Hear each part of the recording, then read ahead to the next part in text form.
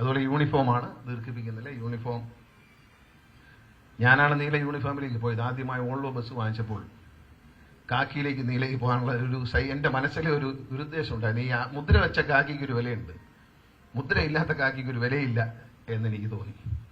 ഞാൻ വന്നപ്പോൾ എന്നോട് MD പറഞ്ഞു, ജീവനക്കാരെല്ലാം ആവശ്യപ്പെട്ടു വീണ്ടും കാക്കിയിലേക്ക് പോകണം, കാരണം കാക്കി ഇട്ടാൽ ഇടി കിട്ടില്ല എന്ന് പറഞ്ഞു എന്നാണ്. അതായത് റോഡിലൊക്കെ ചില ഇടികളൊക്കെ നടക്കുന്നുണ്ട് ഇങ്ങനെ. അപ്പൊ ഈ നീലയൊക്കെ ഇടുമ്പോഴത്തേക്ക് ഒരു കാക്കി ഇട്ടാൽ ഇടിക്കാനൊരു പേടി ഉള്ളത് കൊണ്ടാണോ കാക്കി സെലക്ട് ചെയ്തല്ലേ? ആണോ?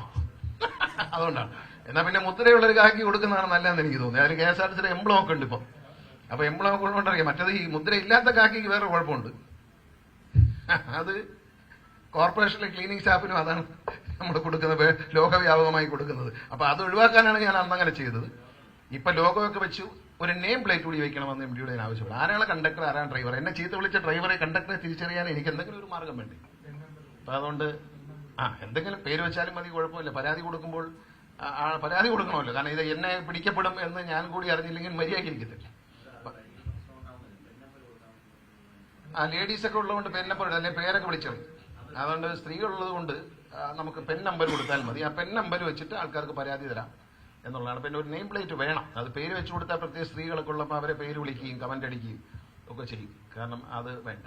അതുകൊണ്ട് പെൻ നമ്പർ വെച്ചാൽ മതി. പക്ഷെ അത് വേണം. കാരണം കസ്റ്റമർ എന്ന് പറയുന്ന ഇതിലെ ദൈവം ആരാണെന്ന് ചോദിച്ചാൽ, നമ്മൾ ഇതിന്റെ മുതലാളി ആരാണെന്ന് ചോദിച്ചാൽ ഇതിൽ ടിക്കറ്റ് എടുത്ത് കയറുന്നതാണ്.